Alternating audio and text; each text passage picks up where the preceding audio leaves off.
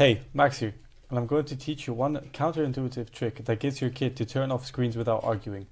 If screen time turns your home into a daily war zone, if time to turn it off feels like flipping a switch from calm to chaos, you're not a bad parent. You're just stuck in a broken system. In the next few minutes, I'm going to show you exactly why screen time rules almost always fail and what to do instead. This one mindset shift has helped thousands of families reduce meltdowns, rebuild connection, and finally bring peace to their homes without yelling, threats, or bribes. Let's be honest, most of us didn't grow up with tablets in our hands before we could walk, but today's kids, it's all they've ever known. Screens are everywhere. They're entertaining, convenient, and let's admit it, sometimes a lifesaver. So we hand over the tablet while we make dinner. We let them watch a show so we can answer emails. We say just one video so we can take a breather. And none of that makes you a bad parent. It makes you human. But here's the problem. What starts as just for a few minutes becomes an expectation. Then it becomes a battle. And you're stuck between two bad choices. Give in and feel guilty, or say no and brace for a meltdown. Let's look at what's happening in your child's brain during screen time. When your child watches YouTube or plays a game, the brain releases a powerful chemical called dopamine. It's the same feel-good neurotransmitter triggered by sugar, rewards, and novelty. The more intense, fast-paced, or unpredictable the content is, the more dopamine gets released. And dopamine feels amazing. It's exciting. It's addictive. Now here's the tricky part. The part of the brain that helps regulate emotion, manage impulses, and transition between tasks, that's the prefrontal cortex. And it's still under construction in kids, especially under the age of 12. So when you say, time to turn it off, you're not just ending a video. You're disrupting a pleasure loop while their self-control system is offline. And that's why they freak out.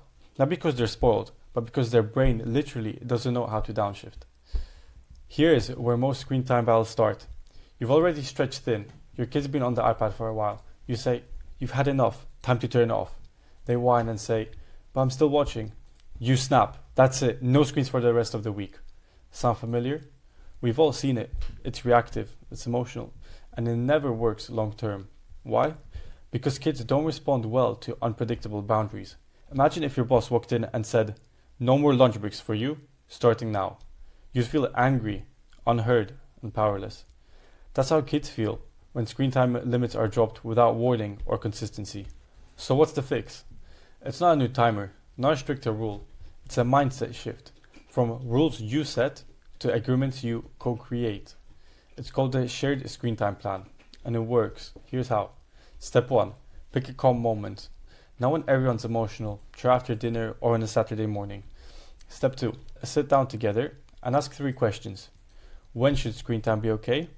After homework, before dinner? 2. How long should it last? 30 minutes, 1 video, 1 episode. 3. What happens when time's up? What's the next activity? Step 3. Write it down. You can even let your child decorate it. Post it somewhere visible, like the fridge, for example. Why does this work? Because now, the rules aren't just your rules. They're shared expectations. And when kids feel a sense of ownership, they're far more likely to follow through. If they start to protest, you don't have to argue. You just point to the plan you created together. A recent story a mom named Laura told me, she tried this with her 7-year-old. Before, every night ended in tears. And after one shared conversation and a poster on the wall, bedtime screens became a non-issue. Not perfect, but 90% less friction. Here's why this simple shift makes such a big difference. It creates predictability. Kids thrive when they know what to expect. It builds connection. Collaborating on rules builds trust, not tension. It supports developing brains. You're helping your child practice impulse control, not just punishing them for when they fail. Child psychologists have found that when children feel they have some control with clear limits, they become more cooperative, more emotionally regulated, and more resilient over time. You're not just stopping screen time fights. You're building the life skills your child will carry on for years. Another parent, Mark, a dad of 2, said the hardest part was letting go of control. Once he involved his 9-year-old in the plan, in his words, it felt like we were finally on the same team. Okay, so you've made your shared screen time plan, you've talked it through, it's written down, now what? Let's talk about what happens next, because I want you to walk into this with realistic expectations. Firstly, don't expect instant obedience. This isn't a magic switch, it's a reset. And just like any habit, it takes time. If your child is used to pushing back on screen limits, They probably will the first few times. That's not a failure, it's just their brain adjusting. Remember, their nervous system has been trained to expect last-minute bargaining or unpredictable rules. When that changes, it can feel weird, even threatening at first. That's why consistency is your superpower here. You might hear, but we always do YouTube before bed. This isn't fair, I didn't get to finish my game. Take a breather. Instead of reacting emotionally, gently remind them, I get it. And this is what we agreed on, remember?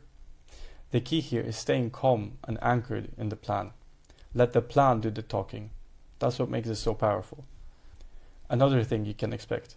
Your child might test you just to see if this is real. That's totally normal. Think of it like walking into a classroom with a new teacher. The students will test the rules, not to be bad, but to understand where the boundaries really are. If you hold firm, kindly but firmly, those tests stop quickly. Your child learns, okay, this is the new normal. Also, don't panic if you forget or slip up. Life is busy. You'll miss a day or let a screen session go longer than planned.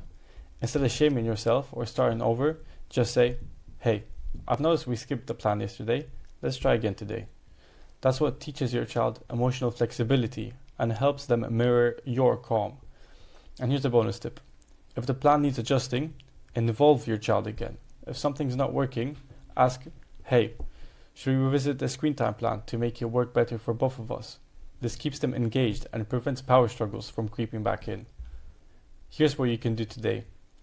Pick a calm moment with your child, bedtime, after school, weekend breakfast.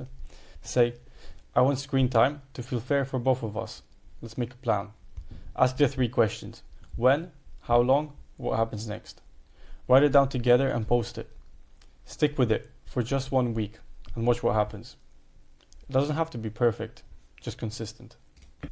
This one small shift from control to collaboration might be the thing that finally ends the screen time battle in your home, because it's not about being stricter, it's about being smarter. If this helped, hit that like button so more parents can find it. And don't forget to subscribe. I've got more practical tools coming that will make parenting in the digital age a whole lot easier. Thanks for showing up for your child today, and thank yourself for taking the time to learn something that will change your home for the better. See you in the next one.